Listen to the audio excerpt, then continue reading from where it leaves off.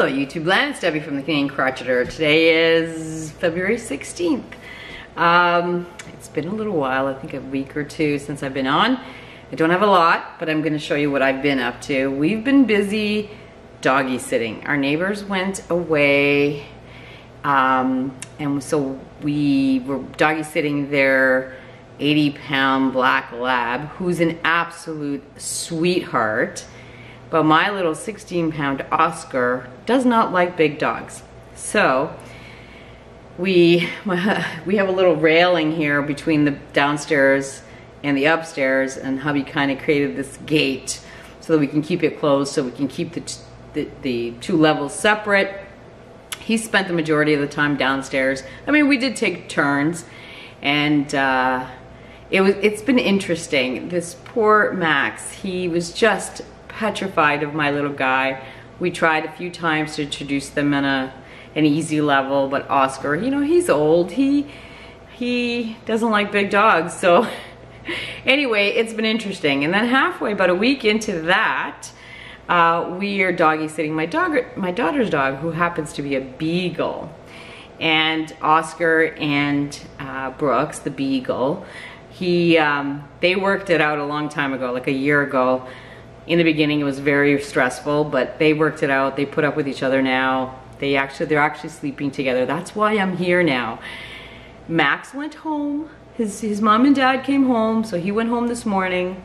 Hubby went to take his dad out for lunch. My guys are sleeping, and Brooks is sleeping. I figured this would be a great opportunity. I'll tell you something. Although I love all these dogs, I have come to the realization, or we've come to the realization, that our next dogs, when these guys go, and if we ever decide to have more dogs, they will not be big dogs, and they will not be beagles. Beagles are nose driven, like it's unbelievable. Like I can't even tell you. Like everything is about his nose, and he's strong. So anyway, that's what I've been up to. I haven't even been able to go into my craft room because Max, my craft room is downstairs, and Max, the big dog, he wants to be, if I'm downstairs, he wants to be near me, and then we go into our craft room and he's like, oh, yarn ball here or yarn ball here. And yeah, quite a few of the yarn balls were drooled on. Ooh.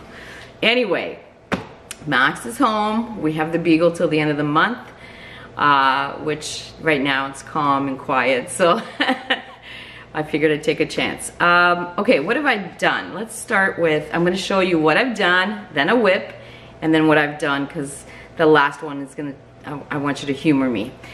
I was going through some of my patterns, and I've had this pattern for a long time. I do not remember, I believe it's a free pattern. I cannot remember for sure. It's called the Alaskan Waffle Shawl by Button Nose Crochet. I think I fell in love with the color, but I did not, and it's made with Caron Big Cakes. I did not have this color. So I did have this one, and it's called, what's the color? Blue Macaron. Now I'm gonna show it to you. Okay, so this is the shawl. Oh, maybe it's this way where you don't see the break as much. So the pattern says 2 to 3 Caron cakes, and I used 2, and there's a little bit left, and it still came out this big. The picture looks like it should go around the neck, but this is way too big to go around the neck. And that's only 2 big cakes. Like, this is ridiculous. So if you want to make it, I would suggest doing it with 1 if you want that bib style thing. But I'm actually kind of happy because I like shawls this way, and this one goes down quite low. And I think I've mentioned before, I like my shawls to go down quite low so that when I sit down, if I'm going to use a shawl, which I'm not a big shawl person, if I'm going to use a shawl, I want to use it outdoors. And when I sit down on a cold seat, I want to be able to sit on the shawl. So that's my thing. Otherwise, the shawl is really easy. Let me show you the stitch. The shawl is really easy, and it creates like it's a waffle stitch. really easy, addictive. I think I got this done in, I want to say 3 evenings. But like I said, this is 2 cakes and it's way too big for what the picture shows. Like I said, this is a to wear around here. It's just way too big. This one's, I'm probably going to donate this to a senior's home only because it's not my colors. I mean, I like blue. I don't know what it is. I'm not crazy about this particular colorway. It was fun. It was fun.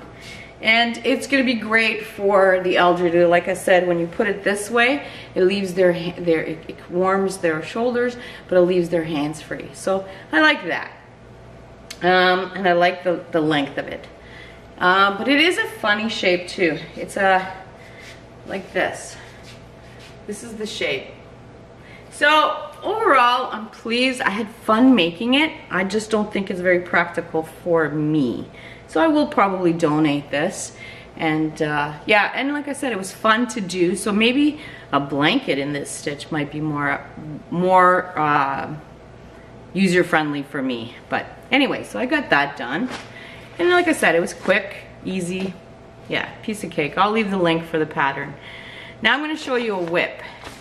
A while ago, Crystal from Ricola's Crochet Corner gifted me a pickle jar from Aberdeen's Wool. And pickle jar, it actually, you can get it with the pickle jar. So it's a big pickle jar with all these little minis. I want to say they're not very big. I don't think they're 10 grams or what, but they're very small. And I was looking for something to do, and you know, a lot of people do shawls or whatever. I came across this pattern called the Diamond Miner's Quilt. I think I've shown this before. It's called the Diamond Miner's Quilt. I'm pretty sure it's a paid-for pattern. It's by Valia Butenko or Lucky Fox Knits. And look at this. Look at this. So cute. This is definitely a long-term project. It's gonna take me a long time to finish this. But what I do is I take these, and these are knit, and I knit them on 2.5 millimeter DPN, so very small little needles. And I make these diamond shapes, each one. And then I started piecing them. And this is what you get. Don't mind the ends, these I use to add another one. And so I started working on this, knowing that it's gonna be a long-term project, and hubby fell in love with it. And he says he wants it for our king-size bed. So I'm like, okay, this is gonna be a 2-year project. It's fun. So you basically make like a diamond and then stuff it with stuffing. But I made so many of them. So many. And I just love the colors. Look at them all. I just love, so I grab a few, I unwind them into balls, and then I just have fun watching how the color comes out, you know? So anyway, I am so thrilled with this. And I think the reason that I got on it really heavily now is Brooks, the beagle, loves yarn. So this is not a lot. I can keep the little ball, you know, I unwind this, it's a tiny little ball. I can keep it hidden under my leg while I knit, and everything else is put away, because if I leave anything out, it's in his mouth. So anyway, this will be, you'll see this again, probably a few times, but it's gonna be, yeah. And I'm just wondering if we could somehow figure out a way to do this in crochet. I'm sure you could, right? You just make 2-sided whatever. And the other thing is, whenever I get this done, I really enjoyed making these. But obviously this is gonna be something that you soak. You can't throw this in the washing machine or anything. So it's gonna be something that you soak. So I'm thinking if I just make the diamond shapes, so they're double-sided, and not stuff them, I bet I can make another blanket that's not stuffed, but it has the diamond shape. Anyway, that's just me ranting, thinking.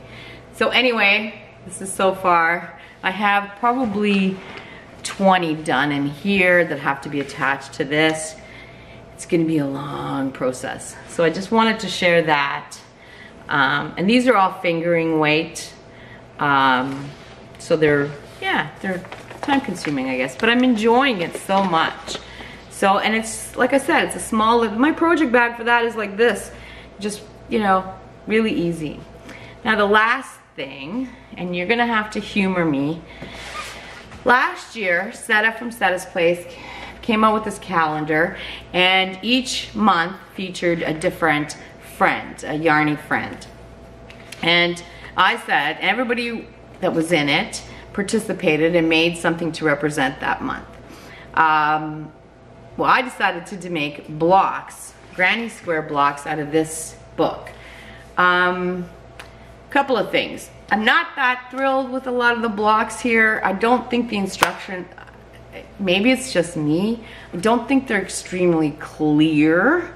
So the book, it's okay. The book is called 150 All-Time Favorite Crochet Blocks by Sarah Hazel. It's okay. There's a few blocks in here that are better than others. It's okay. But I decided to do it. The other thing is, these blocks are not uniform in size. So that's another diss against the book, is each block is a different measurement. So unless you're doing the same block over and over and over, you know, each block is, there's very different sizes. So I chose the blocks and they were very different. And then I chose white to go in between, and I just did straight up granny, and I said I was gonna put them randomly. I'm gonna stand back.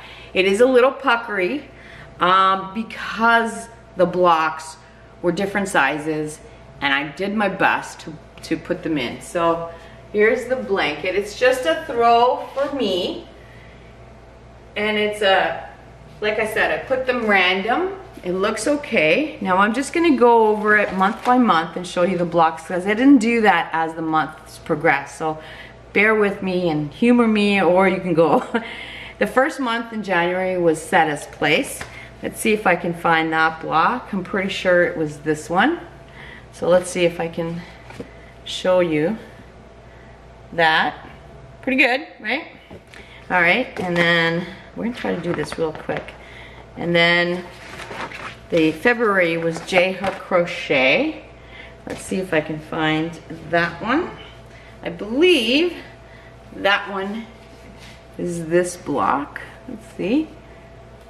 Come on, like that. Oh, you guys can't see it. It's being distorted. It's a beautiful block. So I'm hoping the light is okay. And then that was February. March was Knitting I Love in Ireland. Which one was that? Oh yes, it's this one. Hold on. Oh, this one, I guess I forgot to weave in one end. Anyway. Oh, where are we? I'm gonna try to do this. Don't mind the end. Okay, so this is Knitting I Love.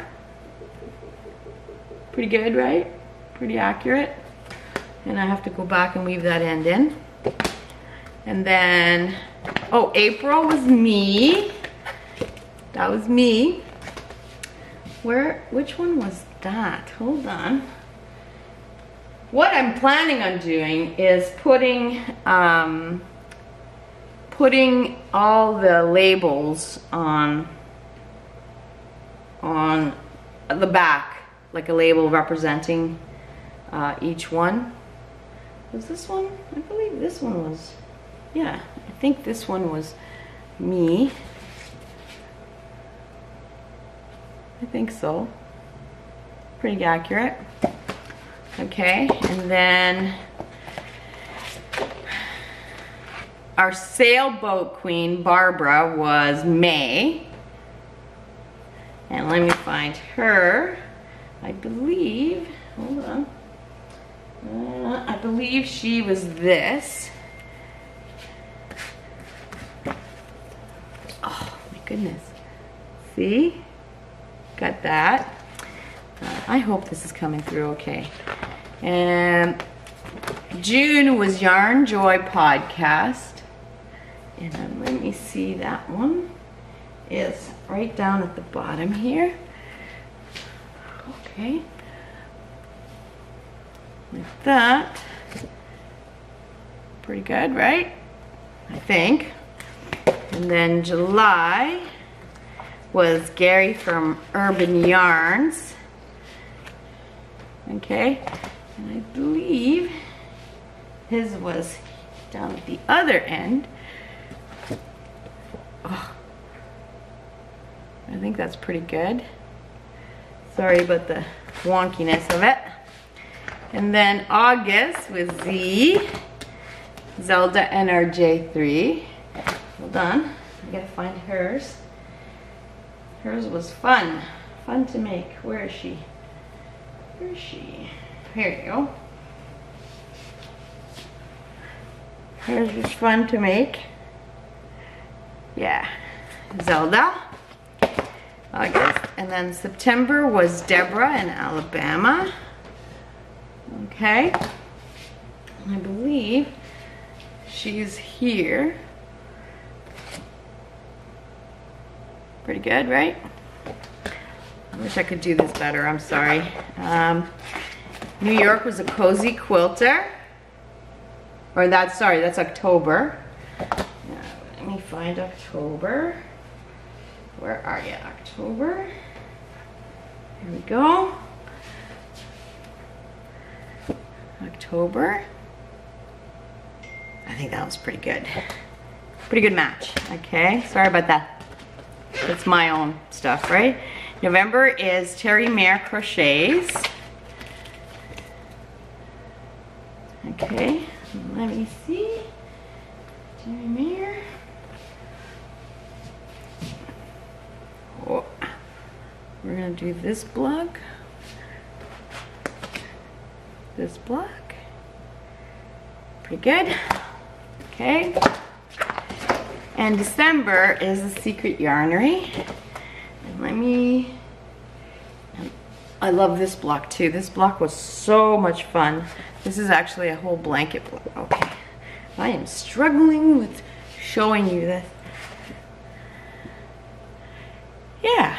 So anyway, I'm gonna step back one more time. There we go. So now this is just gonna be a memento for me. If I use it, it'll just be me using it. And it's just like a lap blanket kind of thing. But I'm thinking I'm actually going to hang, in my craft room, I have a double bed that's extra sleeping. I think I'm gonna hang the calendar up in the room and have the blanket on the edge of the bed. That was so much fun. Like I said, it was fun, but I think that if I ever do something like this again, I'm gonna have to make sure that all the blocks are even. Like I said, oh, and I did sew all the blocks together. I did not want a seam. I did not want a seam, like a ridged seam, that you could feel it, so that's flat and it's good. All I have to do is remember to tie in or weave in that one end. Anyway, I am super pleased with that. That was a lot of fun. My bad that I didn't continue all throughout. I would have been able to show you the block as I did it each month, but yeah. I'm not organized. And so I did, and I made myself a promise to finish this by the end of February, and I did, and I feel very, very pleased. And like I said, it's not gonna get used much because it is a memento. And did I say this? I think I'm going to use my machine. My sewing machine has a little embroidery feature to it, a little bit. And I think if I take a little piece of fabric and embroider each of the names on the back, then I can remember. But I think I did a pretty good job with the color combos. Anyway, that's done. Yeah, I'm not gonna be doing too many yearly long commitment kind of things, although I did commit to doing the temperature blanket for this year with Dina from Dina's Homespun Fun. I have been on top of it, not, you know, waiting. I've been on top of it, and I'll show you like seasonally. I don't know if she thought I was gonna show it every week. That's just not how I do it. I'm gonna show it like seasonal. I'll show it in the spring, the summer, fall, and winter. But that's a lot of fun too. And really, she's only getting you to do 2 rows a week, so easy. Anyway, that's all I have. Now I have to go, just in case the dog, I'm actually starting my tomato seeds now, so got busy with that. Dirt under my fingernails. Anyway, I hope everyone is having a wonderful February, and we will talk soon.